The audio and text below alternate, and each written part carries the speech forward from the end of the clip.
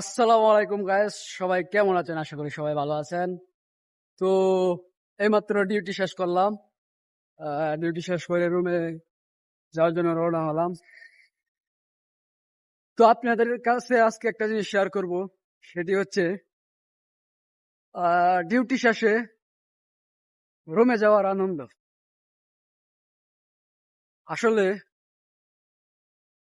দীর্ঘ 12 ঘন্টা ডিউটি করার পর যখন রুমে যায় প্রবাসীরা, তখন এমন একটা ফিলিংস হয় প্রবাসীদের, শুধু একমাত্র প্রবাসীরাই বলতে পারে। তো এই জিনিসটা আসলে ব্যাখ্যা করার মতো নয়, আপনাদেরকে বুঝায় পারবো না কিরকম একটা ফিলিংস যে হয়। ঠিক আছে, তো একমাত্র প্রবাসীরাই বুঝতে পারবে ফিলিংসটা।